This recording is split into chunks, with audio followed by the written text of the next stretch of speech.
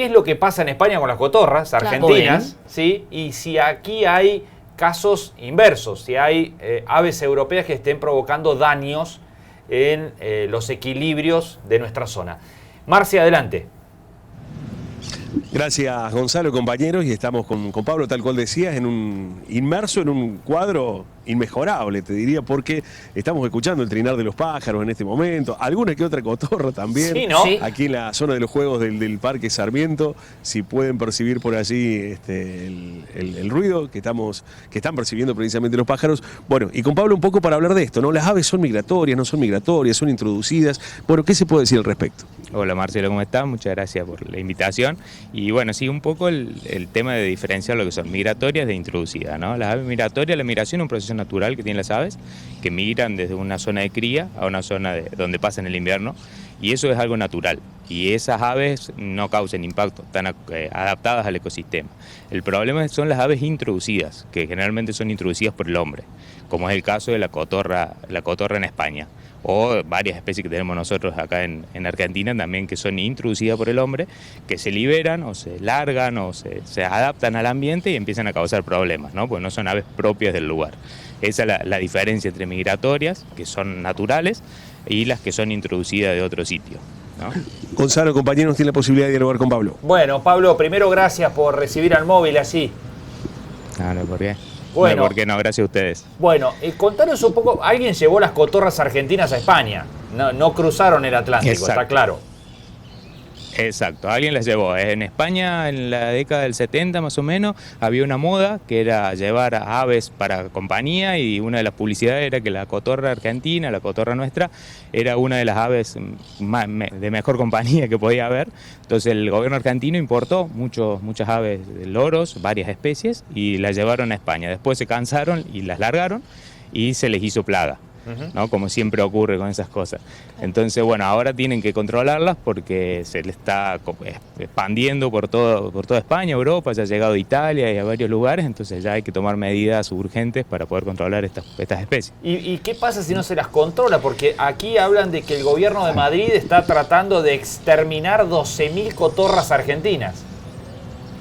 Sí, por suerte son pocas, porque cuando esto se hace plaga, la cotorra puede ser peor todavía el problema. Todavía están a tiempo, por eso han empezado a hacer el trabajo rápido para poder controlar esta plaga. Si no se controla, bueno, la cotorra es una especie muy agresiva, entonces cuando primero hace nidos muy grandes y empieza a competir con otras especies, saca especies del lugar y puede llegar también a generar problemas para cultivos, y todo lo que es la actividad humana, ¿no? Ahí hay Madrid está plagado de loras.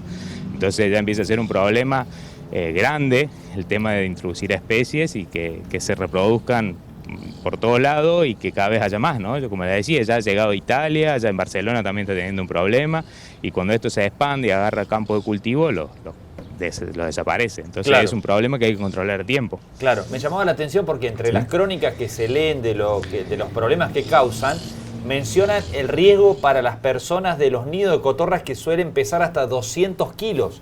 Si se cae arriba de alguien, claro, ¿sí? Es un riesgo muy grande, ¿no? Estamos acostumbrados a ver esos nidos gigantes de cotorras.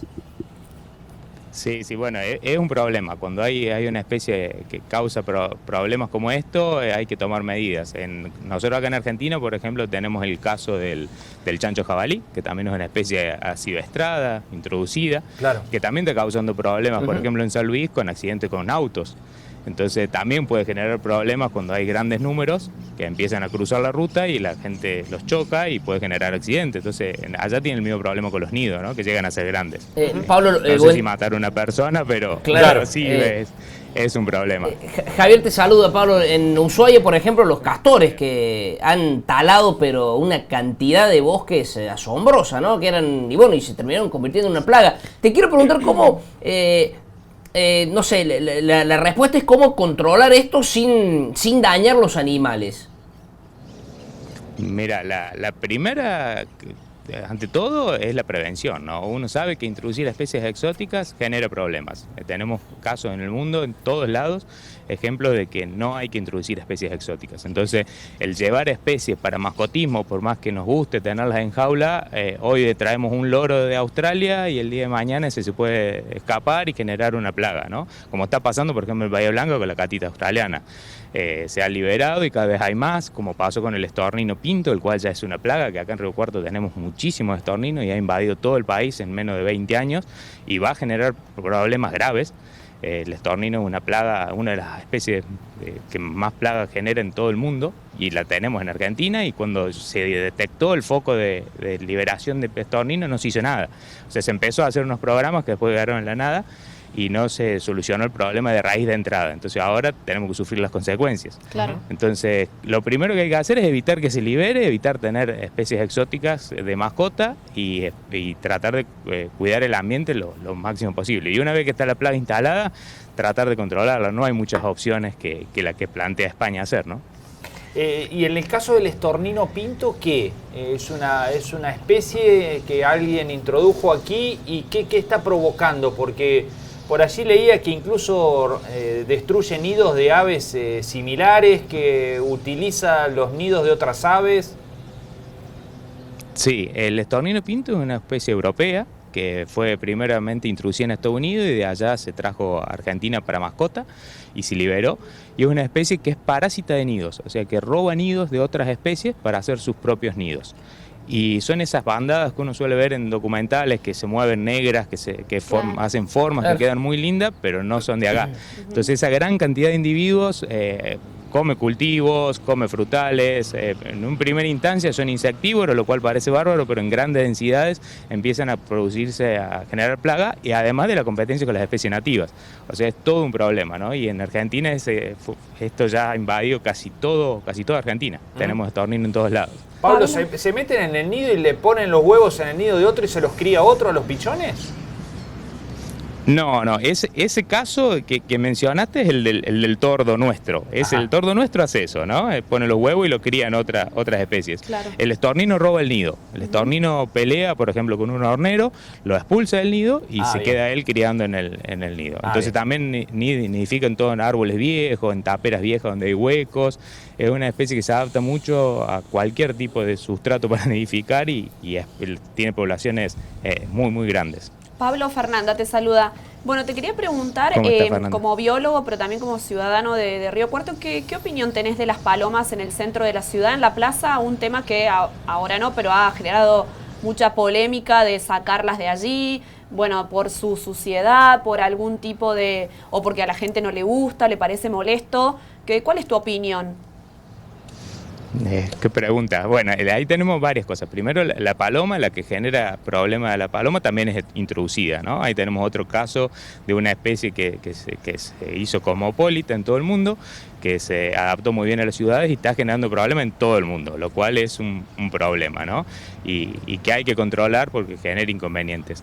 En la Plaza de Río Cuarto tenemos dos situaciones. Una, que son los tordos, que son los típicos pájaros negros que le molestan a los taxistas, y otras son las golondrinas, que son unas especies así migratorias que nos vienen a visitar todo el verano y que es otro espectáculo totalmente distinto. Entonces me parece que el tema de que son molestas en el centro de Río Cuarto hay que tratarlo dependiendo de qué especie estamos hablando y cuál es el tiempo que están las especies. Las golondrinas están 2-3 meses nomás en Río Cuarto y las otras especies están todo el año, ¿no? Que son las que tienen el problema. Entonces hay que tratar de tocar el tema un poco distinto.